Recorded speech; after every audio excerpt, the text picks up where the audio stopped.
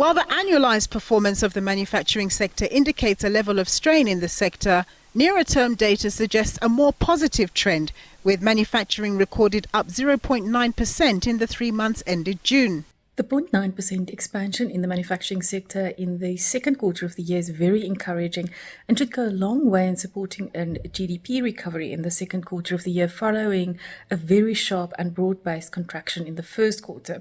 However, on a year-on-year basis, we still have a decline of more than 5%, which clearly demonstrates the general pressure in the economy. Economists believe a much steadier supply of electricity in the run-up to the end of the second quarter will have contributed to the better quarterly number, as well as some tentative improvements in the rail and port sector.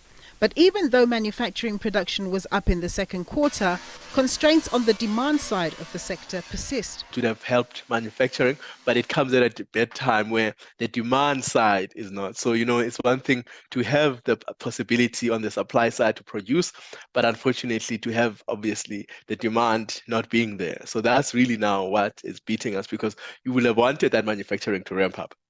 But at the same time, you're then concerned about, yes, I've got now the resources, I've got the electricity, I've got the capacity, but I don't have the market because, you're looking at the key, when you look just at the key areas where we face, so basic iron and steel, non-ferrous metals, those are really, those kinds of infrastructure, production kind of minerals, motor vehicles, obviously very, very much.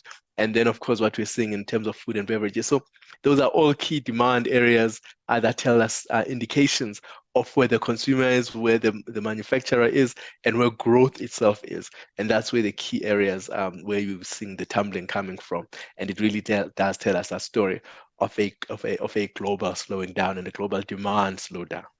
Concerns remain that global and local demand for products may remain subdued, given the challenge posed by the relatively higher cost of living. And while the manufacturing sector is expected to make a positive contribution to the overall second quarter GDP number, it's not expected to shoot the lights out for the balance of the year. Nampumelelo Siziba, SABC News, Johannesburg.